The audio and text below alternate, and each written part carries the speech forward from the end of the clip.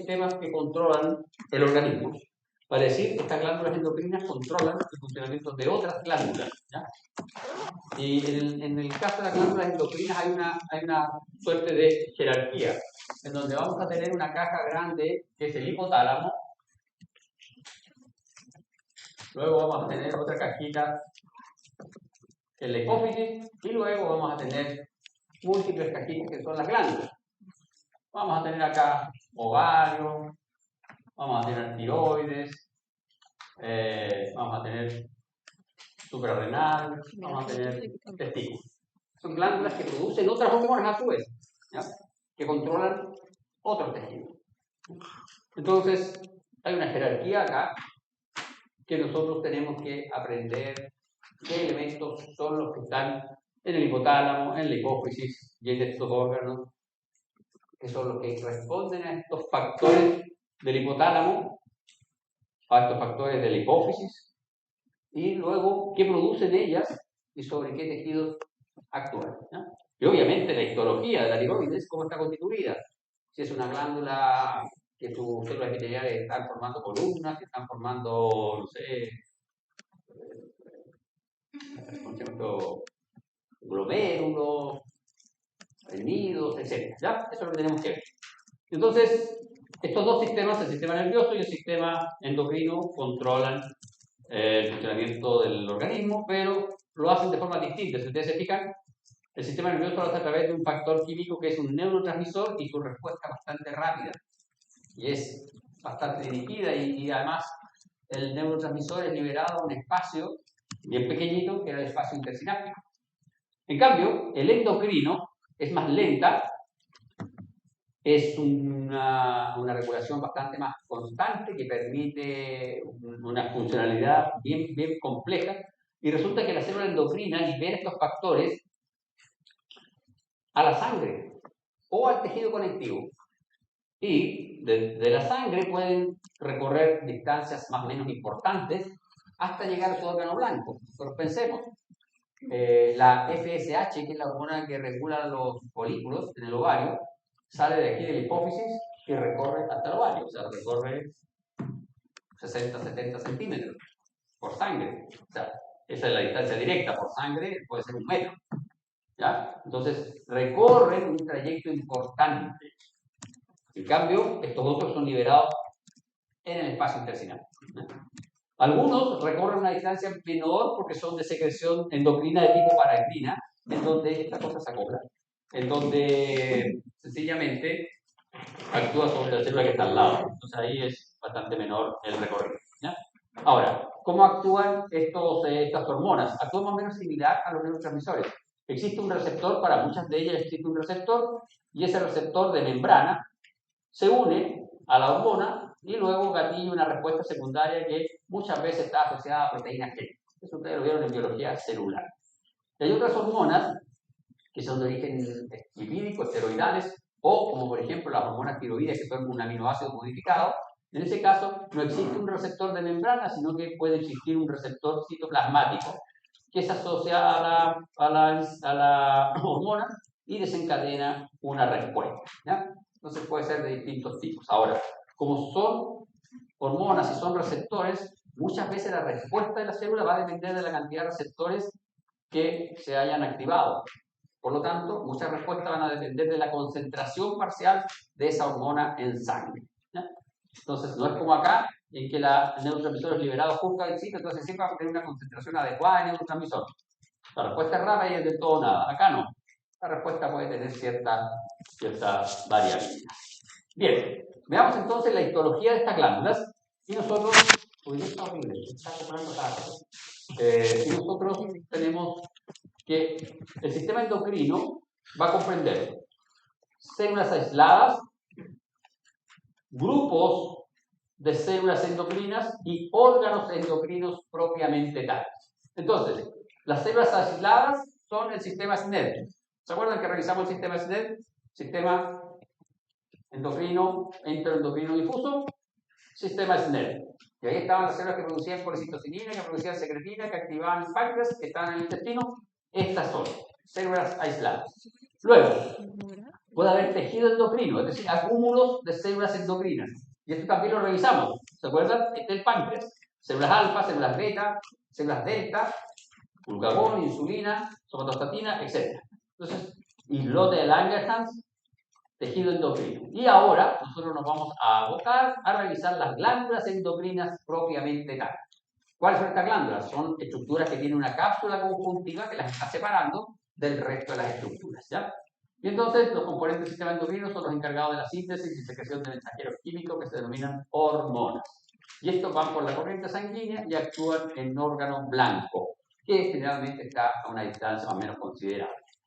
Bien, las glándulas endocrinas propiamente dichas incluyen hipófisis, que vamos a revisar, tiroides, vamos a revisar también, paratiroides, también vamos a revisar su etología, y las glándulas suprarrenales o adrenales, también reciben el nombre de glándulas adrenales. Esas glándulitas las vamos a revisar. Hay grupos o células aisladas en los ovarios, en los testículos y en el páncreas. Las del páncreas ya las revisamos. Las de los ovarios y los testículos no las vamos a poder revisar, pero yo creo que sí vamos a comentar un poquito sobre ellas, ¿ya? Estas glándulas se caracterizan por tener gran cantidad de vasos sanguíneos en su estroma, son muy vascularizadas. ¿Por qué tienen que ser tan vascularizadas? Tienen que ser tan vascularizadas porque sacan los nutrientes desde la sangre para confeccionar las hormonas y son los mismos vasos sanguíneos los que utilizan como conductos excretores, ¿ya? Bien, vamos entonces con nuestra hipófisis. Generalidades de la hipófisis. Sí, cambié el orden de la diapo porque no me pareció prudente, lo cambié ahora, hace 20 minutos atrás. Esta era la tercera diapo de la hipófisis, la cambié, sí. Entonces, hipófisis. La hipófisis o glándula pituitaria está fija a la parte inferior del cerebro, medio a la altura del tallo hipofisial. ¿Ustedes hicieron anatomía, neuroanatomía? ¿Sí? ¿Sí? Entonces, ¿cómo traducimos eso?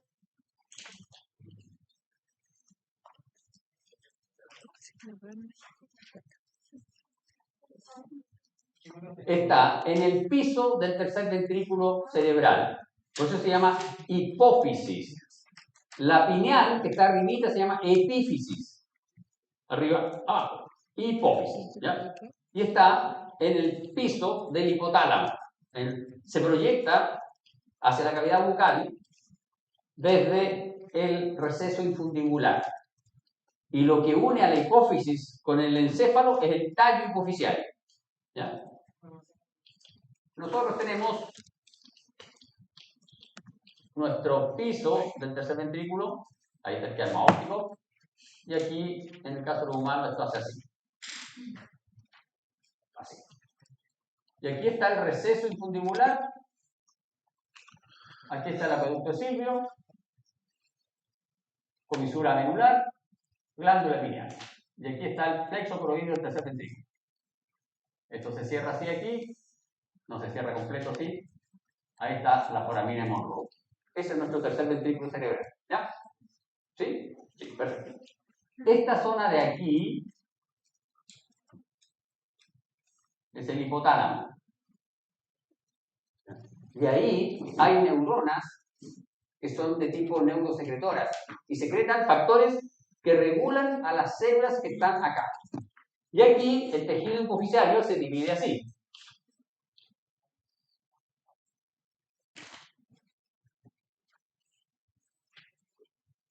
Se divide en un tejido que tiene características celulares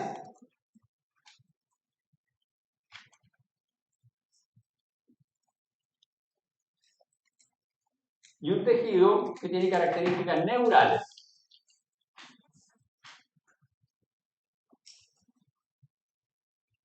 Entonces nuestra hipófisis tiene dos constituyentes, un constituyente neural y un constituyente celular. ¿Por qué razón? Porque la hipófisis se forma de una proyección de la cavidad bucal primitiva, ¿se acuerdan de este estomodeo? Se proyecta hacia el cerebro, una pequeña proyección que se llama bolsa de Rathke.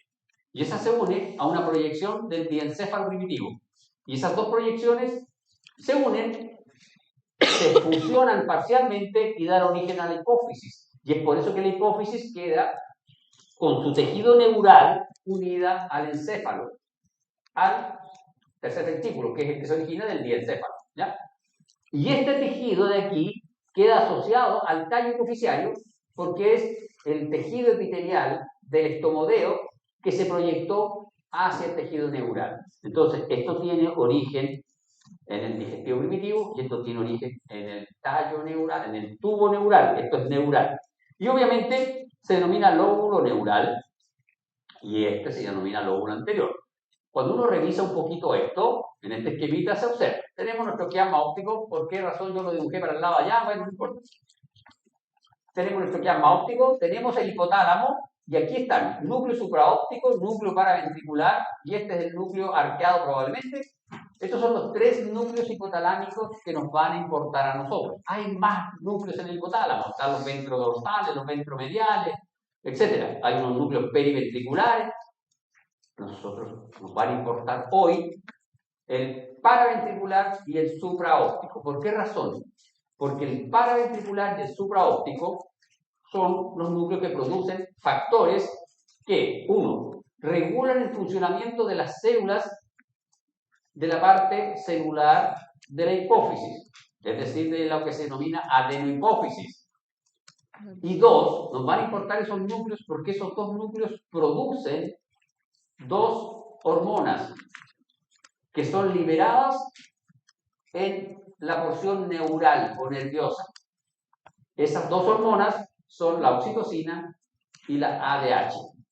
Entonces, la oxitocina y la ADH es producida por unas células neuronales. Neuronas producen hormonas. ¿Se dan cuenta? Ustedes cuando usen de las cervecitas, las micheladas, cuando prueben histología, van a estar bloqueando el trabajo de sus neuronas hipotalámicas. Piensen en sus pobres neuronas hipotalámicas que están produciendo ADH y usted le está metiendo alcohol para bloquearle el receptor a su neurona hipotalámica que produce ADH. Entonces, vamos a tener que las neuronas de estos núcleos hipotalámicos tienen dos vías de trayecto. Un trayecto va hacia la porción neural y otro trayecto de axones va hacia aquí, hacia el tallo hipoficiario. Y en el tallo hipoficiario entran en contacto con el plexo primario del sistema porta hipotálamo adenohipoficiario. ¿Se acuerdan? No, pues profe, si olvidé esas clases. Sistema circulatorio, creo que he hecho este certamen, ¿no? ¿No? No, sí creo que ahí está. Aquí, este tallo hipoficial, esta zona aquí se llama eminencia media, y ahí estaban los capilares fenestrados, porta primario, y estos capilares tenían unas venas que estaban en la pars tuberalis, y esas venas, aquí está la pars tuberal, esta es la pars tuberalis, esas venas van por la pars tuberalis hacia la porción distal, o pars distalis, en donde están los capilares sinusoides fenestrados de la adenohipófisis, plexo secundario del sistema porta hipotálamo adenohipofisial. Entonces, tiene una zona celular y una zona neural. La hipófisis es re chica, 12 por 8 milímetros. Como este deporte. Pesa 0,5 gramos. Más chica que eso. Una cosa más chica que esto, que está aquí, más o menos entre la línea entre los ojos y las orejas, ahí en el medio, nos gobierna casi todas nuestras glándulas endocrinas. ¿Cómo se llama la tercera neuronal? Supraquiasmático. Núcleo supraquiasmático. Mira, eso es re fácil. Eso de aprenderlo es re fácil. Dijo el que ya 20 años en la clase. Mi niña, usted hace un corte aquí. Y lo cortamos ahí. Y vemos que nuestro ventrículo hace esto. Por eso se llama receso infundibular. Hace una especie de botita. Y eso hace ahí. Y aquí voy a dibujar en rojo. Están las cintillas del nervio óptico. Y aquí está nuestro núcleo paraventricular. Vuelvo a parar. Vuelvo fijador. Estuve fijando una segunda. Núcleo supraóptico.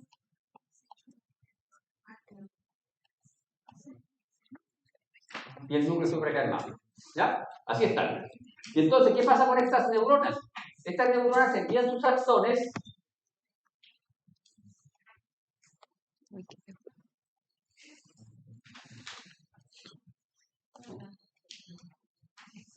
hacia esta zona. Esta es la eminencia media. La eminencia media, si tú la dibujas con mayor aumento,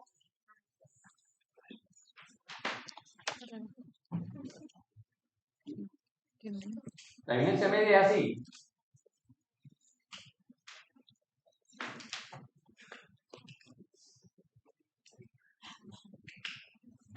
Tiene una zona interna y una zona externa. ¿Ya? Por la zona interna pasan los axones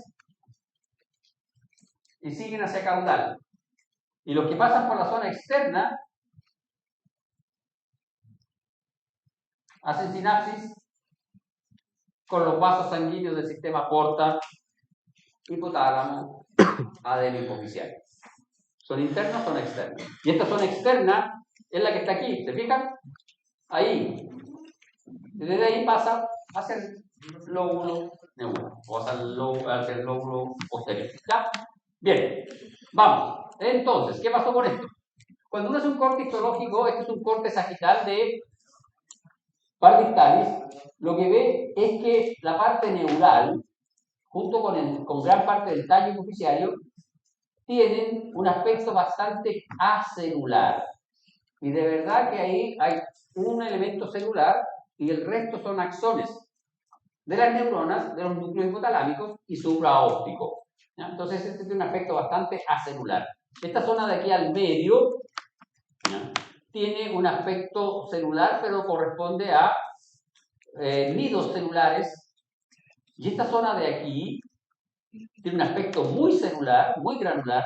Y si uno revisa con histología, con un aumento mayor, se da cuenta que este aspecto granular se traduce en células.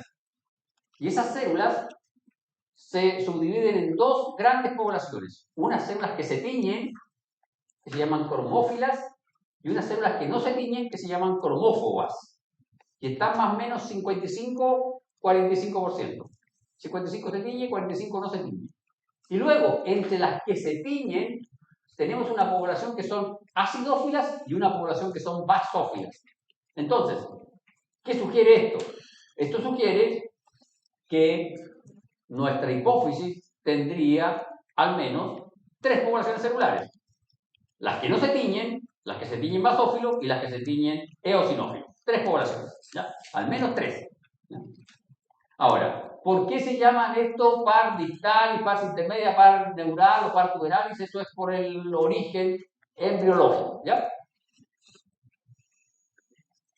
Bien, ¿cómo se llegó a determinar la funcionalidad de la hipófisis? Fácil. Se tomaron unos conejitos, hubo ratitas, hubo lagartijas y se les extirpó la hipófisis. Hipofisectomía. Se les sacó la hipófisis. Se saca por el paladar, se saca la hipófisis. Y luego se estudió la fisiología de esos animales. Y se dieron cuenta que tenían problemas en la tiroides, tenían problemas en la glándula suprarrenal, en los testículos, en los ovarios, en la glándula mamaria, en los huesos, en el músculo, en el tejido adiposo, en la piel y en el páncreas. O sea, se producían daños en 1, 2, 3, 4, 5, 6, 7, 8, 9 tejidos o 10 tejidos. Y teníamos 3 poblaciones celulares posibles. Entonces dijeron, aquí pasa. Lo siguiente lo realizó un señor inglés y como gran dato, en el paper donde publicó esto, ponía el tipo que había requerido matar 10.000 ovejas, pero no las mató él. Él trabajaba asociado a un matadero de ovejas de Inglaterra. Entonces él utilizó, pero lo puso horrible en el paper, ¿ya? Él utilizó hipófisis de 10.000 ovejas. Y con esa hipófisis de 10.000 ovejas, él era bioquímico, logró purificar factores que estaban presentes aquí, en la adenohipófisis o pars dictalis. Y luego probó el efecto de esos factores, inyectando esos factores purificados en conejitos, ratas y todo. Y comenzó a ver qué sucedía con estos conejitos, con estas ratas, qué órganos, qué estructuras se afectaban. Y así logró ir más o menos mapeando la multifuncionalidad de esta hipófisis. En este esquema, además, ustedes pueden ver que, uno, los núcleos hipotalámicos tienen dos tipos de neuronas, unas neuronas grandes y unas neuronas pequeñas. Si ustedes miran, las neuronas grandes tienen axones que llegan hasta el lóbulo neural o neurohipófisis. Las neuronas pequeñas tienen unos axones que solo llegan hasta la eminencia media. Entonces, en los núcleos hipotalámicos también aparentemente habría dos poblaciones de células neuronales, unas neuronas grandes y unas neuronas pequeñas. ¿Ya? Las neuronas parvocelulares pequeñas y las neuronas magnocelulares grandes. ¿Ya? Y tienen caminos distintos. Resulta que las magnocelulares son las que producen ADH y oxitocina. Las magnocelulares, y esas envían sus axones hacia el lóbulo neural. Y son las parvocelulares las que aparentemente están produciendo los factores que regulan el funcionamiento de las células que están en la adenohipófisis. Cuando este señor purificó estos factores, se dio cuenta que estos factores eran al menos 5, los que purificó él por HPLC. De tal manera que existe un factor que es producido por unas células que se llaman tirotropas. Y ese factor es la hormona estimulante de la tiroides. Entonces, aquí hay una célula, una población celular que produce TSH, ¿ya? Que es el factor que estimula la tiroides. ¿Y qué regula esto? Regula la producción de hormonas de tiroxina. Luego, hay un segundo factor que es el ACTH, ¿ya? Hormona estimulante de la corteza adrenal. Y esta hormona es producida por unas células que se llaman corticotropas y estimula efectivamente a la corteza de la glándula suprarrenal. Y luego tenemos una hormona que es la FSH, que actúa sobre los testículos y sobre los ovarios, y una hormona que es la LH, que actúa sobre los ovarios y sobre los testículos. Y luego tenemos una hormona que es la prolactina, que actúa sobre la glándula mamaria. Luego tenemos una hormona que es la hormona del crecimiento. La FSH y la LH es producida por una población celular que se llaman gonadotropas. Entonces tenemos tirotropas, corticotropas, FSH, LH, gonadotropa. La prolactina es producida por una población celular que se llaman lactotropas.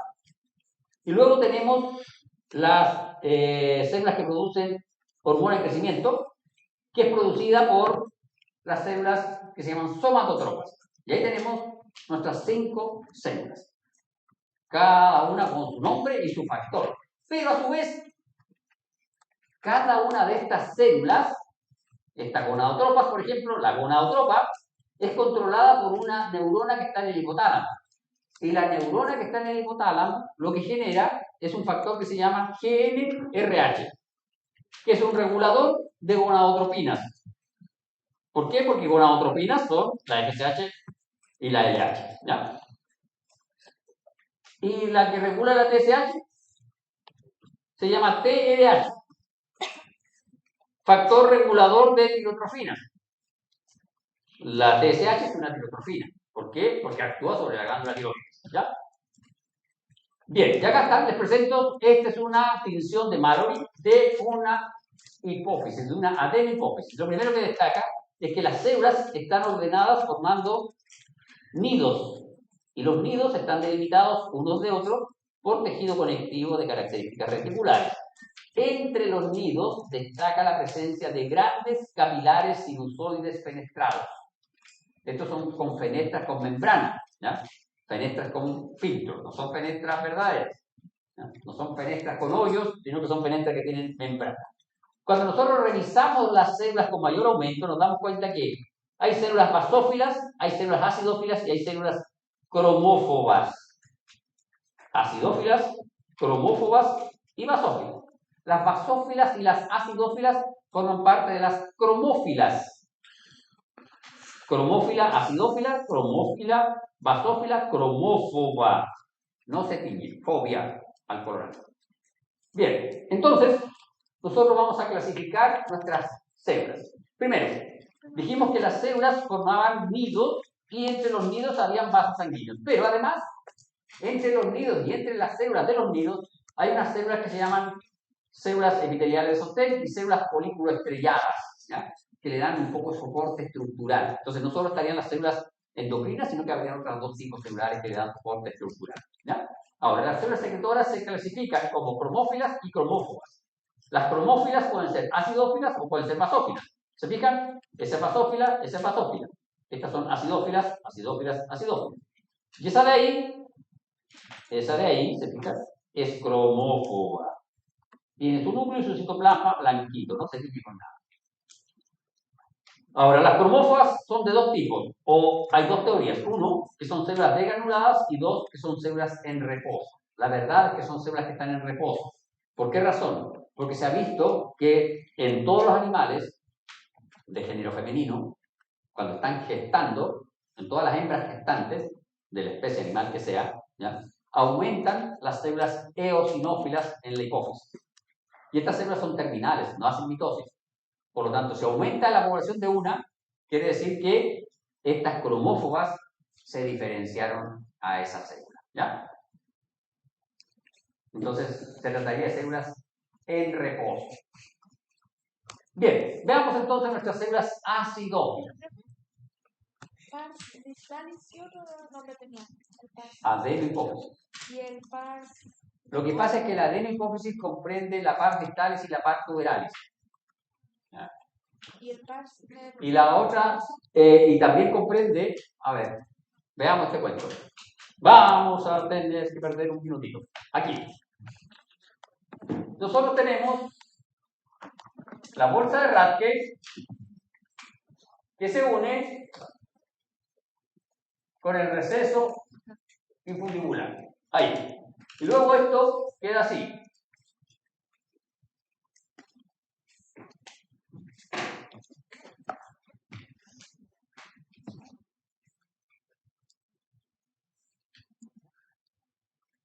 Y te fijas que la bolsa de Rathke eran dos láminas.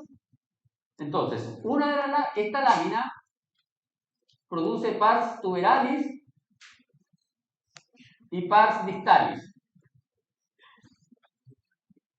Y esta lámina de aquí, al entrar en contacto con el tejido neural, se atrofia y produce la pars intermedia. Ahora, resulta que todo esto es adenohipófisis, todo lo que deriva de la cavidad bucal. Y neurohipófisis es lo que deriva del piso del diencéfalo. Pero, como aquí esto tenía un hoyo, cuando tú lo traccionas un poquito, esto tiende a separarse. Y para mala suerte de ustedes,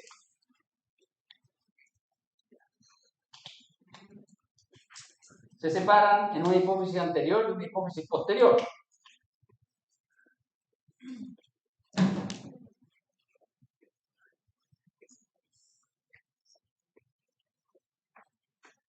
La pars neural o lóbulo neural se queda pegado con la pars intermedia.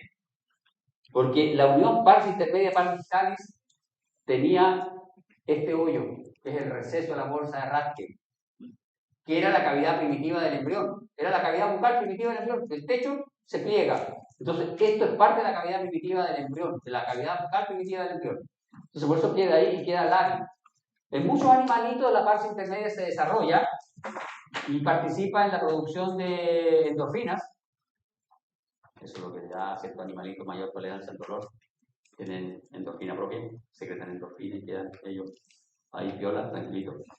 Nosotros no. Nosotros está atacado. Algunos la adquieren por método externo. Ya. Pars distalis entonces. Células acidófilas. Tenemos dos tipos, somatotropas y mamotropas. ¿Ya? El producto secretado es somatotropina y el producto secretado es prolactina. Estas células mamotropas también se les denomina lactotropas. ¿Ya? El factor hipotalámico que regula a las somatotropas es la SRH. Somatotropin Release Hormone. Es SRH. ¿Ya?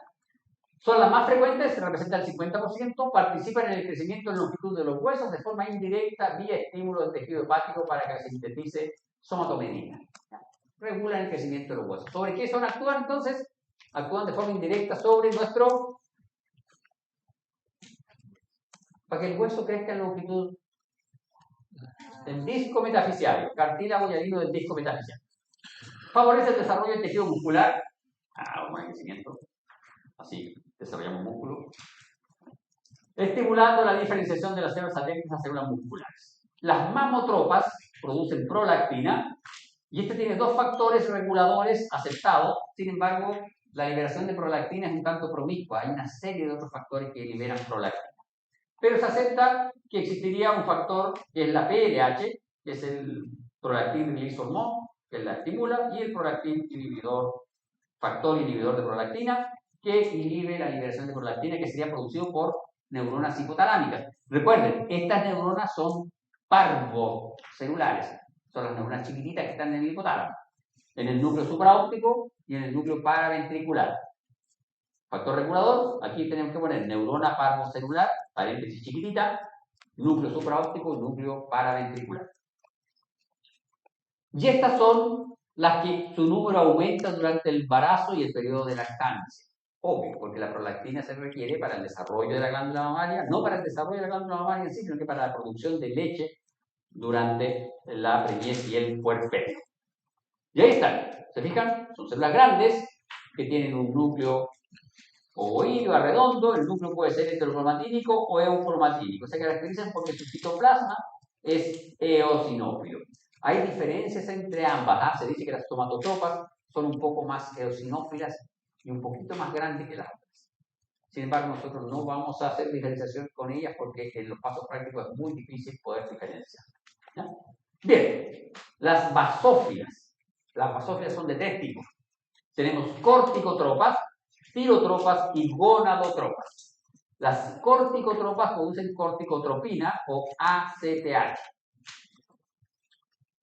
El nombre indica tropismo o acción sobre la corteza de la adrenal. De ahí se llama corticotropa. El factor regulador, CRH, corticotropin release hormone. ¿Ya? También producido por neuronas chiquititas de los núcleos supraópticos y paraventricular o neuronas parvocelulares. Representan alrededor de un 15 o un 20%. Su secreción estimula la zona fasciculada y la glomerular de la corteza suprarrenal. Ustedes van a poner aquí la zona glomerular, aquí, con subrayado con rojo. ¿Por qué razón?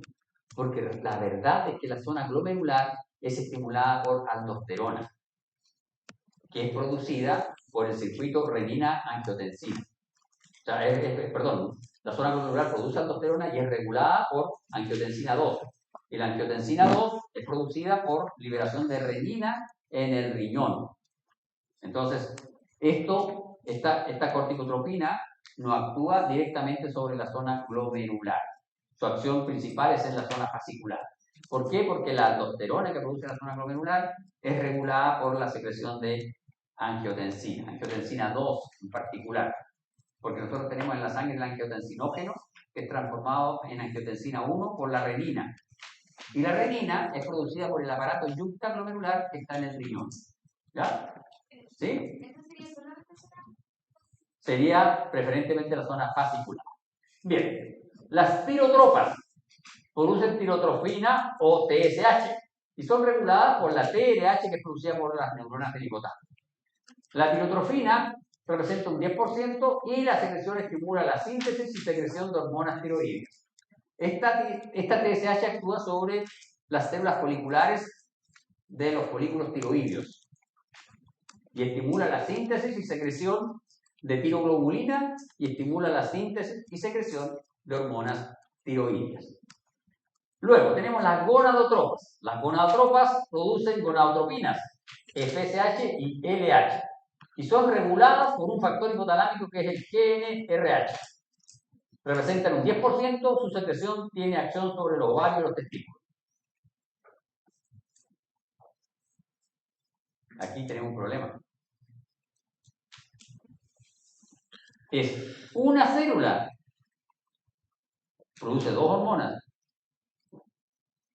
Y ustedes no han hecho fisiología, pero estuvieron en el colegio.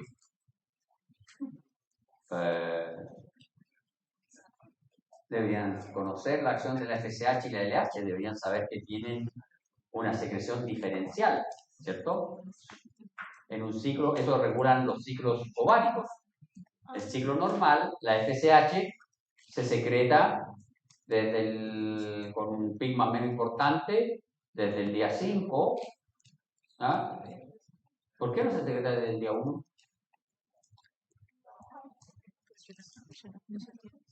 Porque la FSH tiene por función estimular el desarrollo de los folículos ováricos para que los folículos ováricos produzcan estrógeno.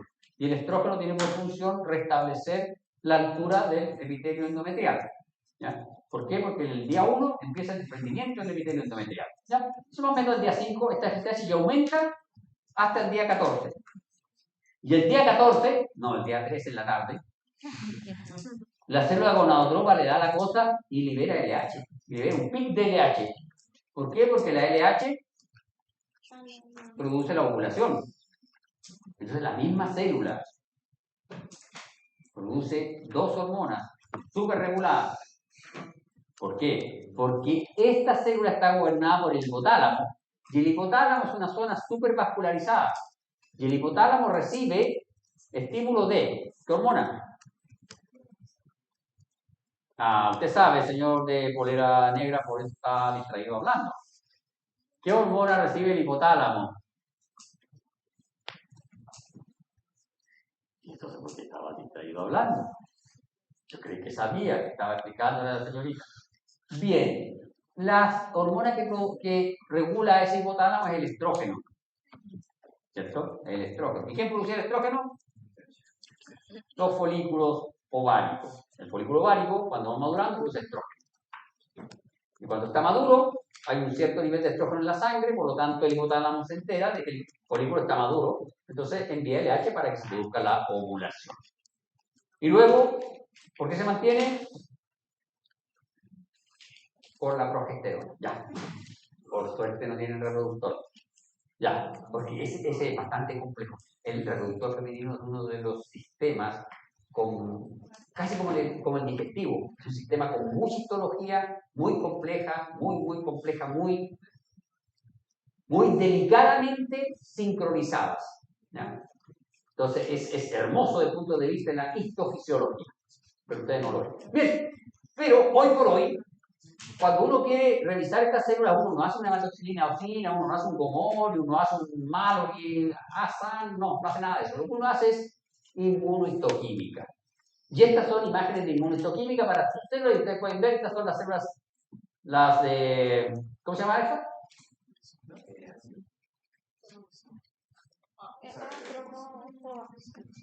Hormona de crecimiento. No. Estas son las somatotropas, TSH, tirotropas. Esto es LH, gonadotropa. Y esta es ACTH, corticotropa. Como ven, hay pequeñas diferencias de tamaño entre ellas y no hay una distribución particular. ¿Ya?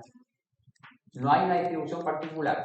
Hay libros que describen ya una suerte de que las basófilas estarían más hacia la zona de la pars intermedia.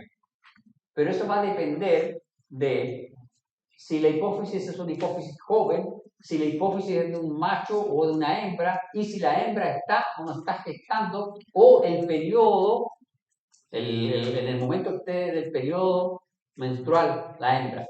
Entonces, es bastante difícil poder determinar o describir una distribución particular de estas células. ¿Ya? Bien, veamos entonces cómo se controla la función de estas células de la pars distal. Ya dijimos, son 5 poblaciones celulares que tienen 5 productos, no, tienen 6 productos secretorios, porque la gonadotropa secreta LH y FSH. 6 productos secretorios, 5 poblaciones celulares que tienen características particulares. Ahora, cada una de ellas tiene un factor hipotalámico que la regula. Y esas neuronas son nuestras neuronas parvocelulares que están en el núcleo supraóptico y el núcleo paraventricular. Y vamos a tener que en el caso de las neuronas parvocelulares del núcleo supraóptico paraventricular, esta secreción, es decir, la GNRH, la TRH, la CRH, llega aquí a eminencia media y es liberada a los capilares fenestrados del plexo primario, sistema porta, hipotálamo, adenohipoficiario, atraviesa la pars tuberalis por unas vénulas y llega a los capilares sinusoides fenestrados de adenohipófisis y hace contacto con las distintas poblaciones celulares. Por ejemplo, pensemos, GNRH viaja por allí, actúa sobre la gonadotropa e induce la producción de LH o la producción de FSH. ¿Cómo va a saber qué tiene que producir? A ver, ayúdeme, ya que está cuchicheando ahí. Ayúdeme, ¿cómo sabe la gonadotropa que tiene que producir FSH o tiene que producir LH? ¿Cómo le pasa el dato al hipotálamo? Está lejos, ¿ah? El hipotálamo está aquí, estas células están acá, es un recorrido como de 10 centímetros. Las neuronas hipotalámicas son amilínicas. El recorrido que hace ese axón es como de 5 o 6 centímetros. Llega a la eminencia media y de la eminencia media hacia la hipófisis son como 3 centímetros así las capítulas. Pero ¿cómo sabe la neurona hipotalámica que está a 10 centímetros de la neurona, perdón, de la célula gonadotropa que tiene que mandarle un mensaje a la gonadotropa, libere LH o libere FSH? Por el estrógeno, sí. Pero ¿cómo traduce el mensaje ella? Sí, ella tiene receptores para el estrógeno, pero ¿cómo le manda el mensaje a la otra? Sí, pero es que tiene un solo factor que es la GNRH. Solo produce GNRH.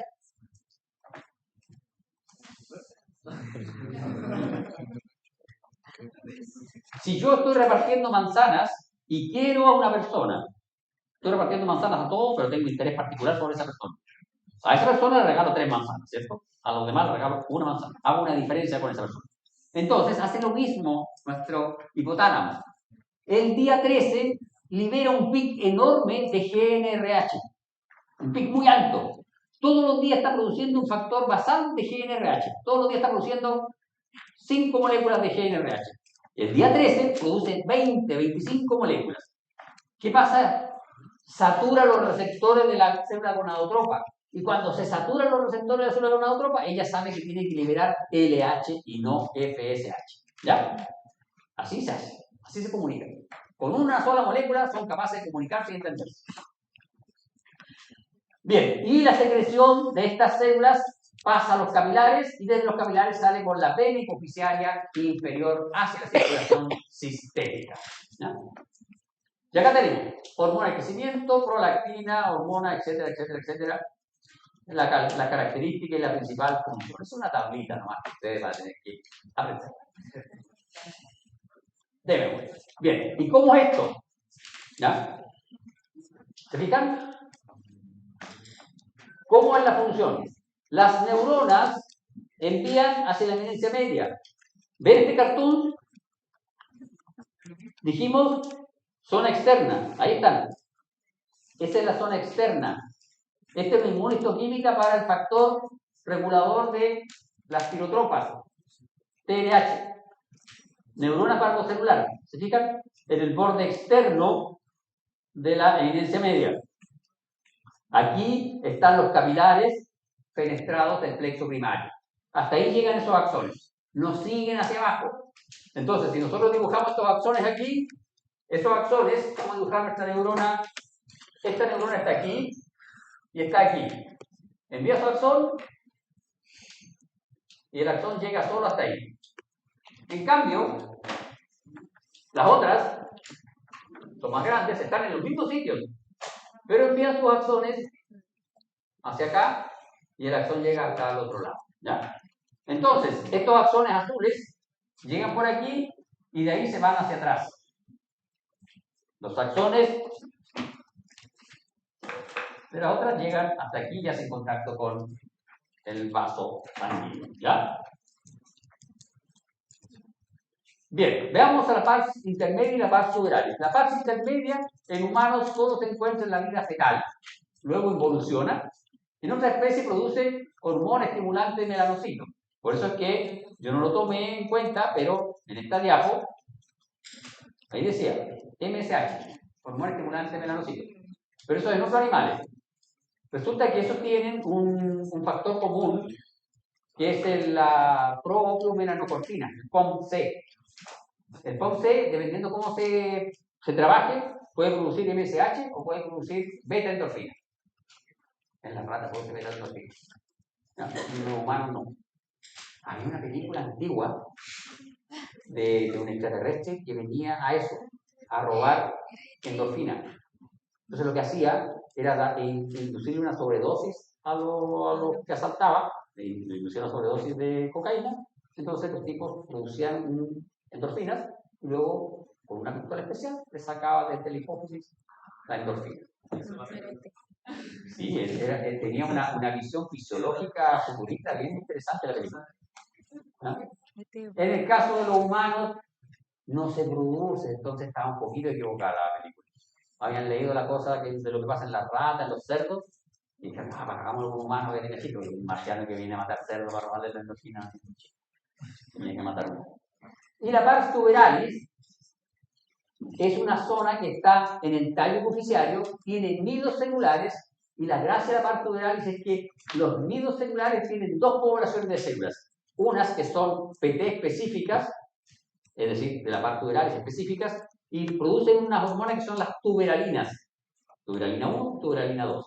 Y otra población de células que son células indiferenciadas, que en el caso de existir un daño en la pars distalis, las células de pars tuberalis son capaces de diferenciarse a células de pars distalis y suplen parcialmente la funcionalidad de la pars distalis. Entonces la pars tuberalis sería una zona de reserva de células de pars distalis y una zona de producción propia de hormonas tuberalina 1 y tuberalina 2. En algunas especies, como las ratas, las tuberalinas están relacionadas al ciclo reproductivo. ¿Cómo se llama? PT específicas, pars tuberalis, células tuberalitos, les llaman tuberalocitos, una cosa así. Bien, ¿qué pasa en la pars nervosa? La pars nervosa es una zona en donde se encuentran, ¿cómo están por la hora? Son las 5.